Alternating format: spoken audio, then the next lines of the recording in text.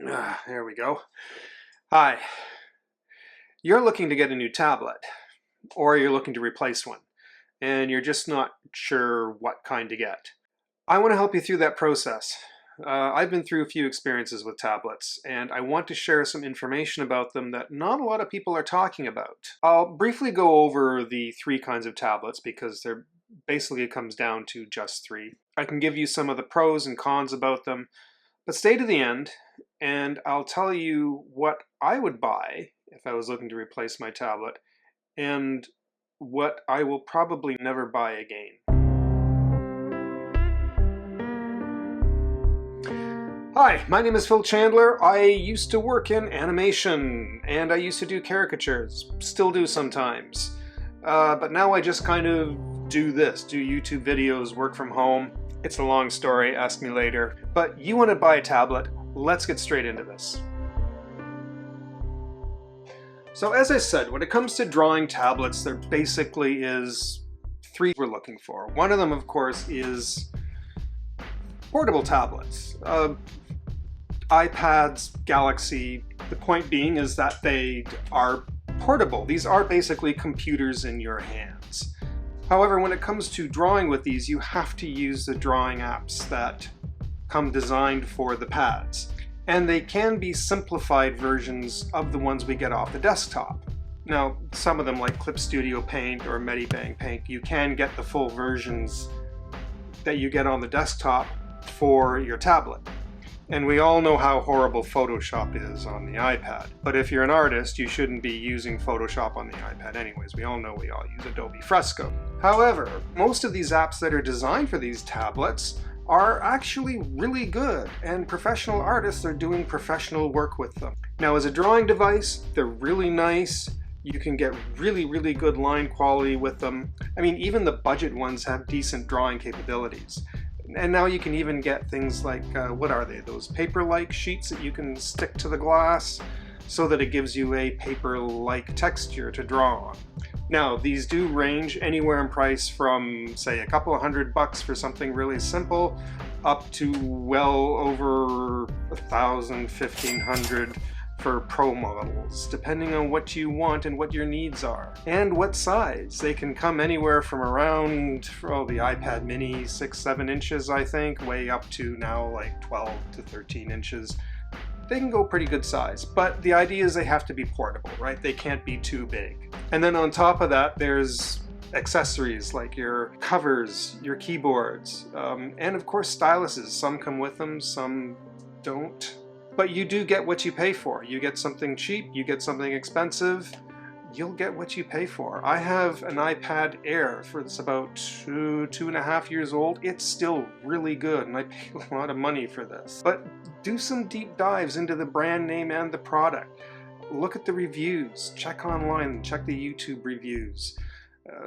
Listen to people who own one and find out if you need extended warranty, and that's going to be a big word here, is warranty. And is it really going to suit your needs? But if you are going to spend some money on something like this, you want it to last a while. And this brings me now to the second type of tablet, which are these things, these flat sheets of plastic, sometimes metal, that have no screen and are required to plug into your computer. These are not something you take with you like an iPad. Now, this one is one that I bought way back in 2015, and when it was new, I was really excited about it. It's a Wacom Intuos. And I think I paid around $100 for it. This is a good tablet. I wanted to plug it in and demonstrate it for this review, but unfortunately, one of the downsides is that it hasn't been compatible with the latest OS for a few years. So that is something to keep in mind with these as well. These are generally really cheap. You can start around $40–50 if you want a cheap one, and they can go up to $300 for like a good Wacom tablet. Now, the deal with these is that you do have to plug it into a computer, and you draw on the tablet and you look at what's going on the computer while you're drawing. You don't see it touching the glass. There's a bit of hand-eye coordination involved, and I'll tell you something honestly, This was a problem for me, and I had a huge problem with it for a long time. Even though I used them for almost 10 years, I had a hard time developing that hand-eye coordination. In fact, what I used to do is do the main sketch and inking on paper. I would scan the paper in and then use it to go in and maybe correct some of the inking mistakes and do some of the coloring and shading. That was okay, but that fine line inking, couldn't do it. Most people have said, though, however, that with a bit of practice they've managed to get it. Don't go by me. I'm just terrible at that sort of thing. That's a me issue, not you. You might be able to put it down and catch on to it right away. If you can get a cheap one, they're fun to experiment with. And here's the thing, because you do have to plug it into your computer, you can use the full programs. You can use full Photoshop. You can use full Affinity. Whatever the program is you like to use, you get the full version, and then you can set up your screen. You can get a nice big monitor, and you can see very clearly what you are doing, even if you have just a small tablet, because the sizes don't range that much. I think they can go by like 5 by 7 to something, I don't know, so big. They don't get really huge. However, keep in mind with these things that the technology that goes into them is quite simplified. That can be a good or a bad thing. Before I had this one, I had a Wacom Bamboo that crapped out on me after only just a couple of years use actually, and it just stopped working. So I had used something else temporarily, and then I got this. But on the flip side of that, there is less that can go wrong. So things to consider: the lifespan, the compatibility, inexpensive price. They are good for your back. They're very ergodynamic because the tablet is down here and you're facing a screen, you're facing your monitor, it tends to keep you straight, a little more upright, as opposed to what I'm going to talk about next. And of course, look into the extended warranties.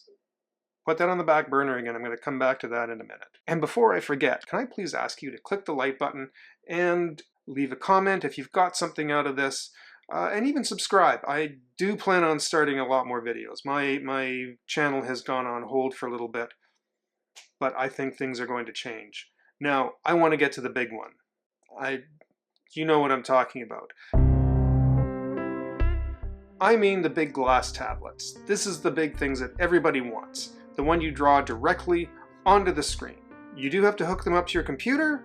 They can range in size anywhere from 11.5 inches up to 27 inches. They can range in price anywhere from a couple $100 up to $4,000. Wacom, again, because they are hooked up to the computer, you do get the full programs on them. But as I said earlier, these are the least ergodynamic of all the tablets. Even the big ones, you can set it up right in front of you and you still do tend to lean over somewhat. I do recommend trying to get a good chair and to try and keep it as flat in front of you as possible to draw directly on the screen. And like the portable tablets, you can also get, what are they called? The laminated display covers, so that it gives a paper-like texture. I personally am not big on those. When I got my first tablet, I liked drawing directly onto the glass. I got used to that really fast, and it helped me straighten my line quality quite a bit. However, when you don't use these textured covers, you get more vibrant colors coming through the glass, and I really like that. So personally, between the two, I would rather have that and just draw directly on the glass. Some of these products now do come with them already pre-covered. Now currently, I'm still using a 24-inch XP pen. Which brings me to the final point of this video, and if you've hung on this long, this is the big point that I wanted to discuss. I can't recommend XP Pen. I used to rave about these until one of them basically crapped out on me. I've been through 3 of them now. The first one I got was a Pro model. It was the Pro 22-inch back in, I want to say 2018. 2019. A really good machine, really good machine. It's still working to this day. It's just that I sold it because XP Pen had on sale a couple of years later. They offered an upgraded tablet that had a whole bunch of more bells and whistles on it, including tilt capabilities. The pen didn't have to be recharged. And so I thought, why don't I sell the original model and I'll just use the money and bump up to this one because they had it on at a really good price. I sold the old one to my previous roommate, who is still using it to this day, and I picked up the new one. What I didn't click and what I didn't realize is the first one that I had was a Pro model that I had gotten on sale. The new one that I purchased was not a Pro model. You may have seen the short on my channel, which has gotten an incredible amount of views. The one where basically it crapped out on me. The power just died. I tried taking it in to have someone have a look. They said it's something on the motherboard. There's nothing they can do without tearing the thing apart, ordering parts that probably aren't available anymore, and it was useless. There's not really much I can do with it. I'm not even sure what to do with it at the moment. I contacted XP Pen, and their customer service was not good. Maybe other people have had better experiences. Mine personally was terrible. Their replies to me just sounded like they wanted to brush it off and get me to buy another product. Now they did offer me one size up, the 24-inch model, incredibly reduced, almost 50% off, and because I needed another tablet to finish what I was doing, a 24-inch model, 2 inches bigger than my previous model, sounded nice. I got it, and already now this one is giving me trouble. The previous 22-inch model died just after the warranty ended. I mean, within weeks. They weren't going to do anything to help me. The new 24-inch, when I started noticing I was having a few issues with it, also just a few weeks after the warranty ended. So I encourage you, look into extended warranties, which is what I should have done. So if you're going to get a tablet, if you want to get something like this, consider the 3 that I've talked about. Smaller, portability, lots of options with those iPads and Galaxy tablets. They're amazing, but you do get reduced screens. You can get the, as I said, those flat, I don't know what to really call them. They are tablets, the flat plastic ones that you do have to attach to the computer. You do have to get used to looking at the screen while you're drawing down here. I know many professional artists who are really good at that. I know one in particular who is doing a full graphic novel that way. And then of course, if you really want to save the money and get the big glass tablet, I would suggest save the money and splurge a little bit more for a better model. Thoroughly look at the reviews, look at the warranty options, get the extended warranty.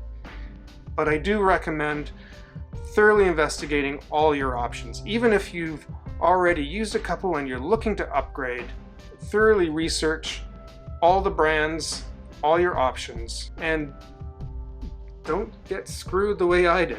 Fool me once, shame on me. Fool me twice, stop fooling people. And it's because of this that I will no longer support XP Pen. As I said, I've been through 3 tablets. Their customer service was not good. It felt rather rude, to be honest with you. And I think after my own personal research, the tablet that I'm currently using, even though there's been a few problems, is still working relatively well, and it will do me fine for now. But if I was to upgrade to a new tablet, to get a larger glass tablet, I would save up the money and probably go with a Huion. I can't afford Wacom. They are kind of off the charts for the most part. Huion seems to be the next one down. XP Pen's a little bit cheaper, and when you start going down from there, you are going into sort of budget name tablets. XP Pen, Huion, Wacom, those seem to be the big common 3. I have the hiccups. In fact, I've even considered getting just those flat plain tablets. I'm thinking about trying that again, and to get a cheap one first to see if I can practice with it. I've been even looking at some on Huion that are around $80 that seem really nice. You have all the same bells and whistles with it. Take the time to know exactly what you want, read the customer reviews, look at your warranty options, make a decision from there. And again, if you have any questions, please leave them down in the doobly-doo below, whatever you call it. Tell me your experiences, good or bad. I'd like to know as well. With what brands, what products, what ones have worked for you, what ones have been problematic. please leave a like, please subscribe, and I'm really hoping to try and get another video out soon. But if you've made it this far, I really appreciate it a lot. Thanks for watching, and hopefully we'll see each other again very, very soon.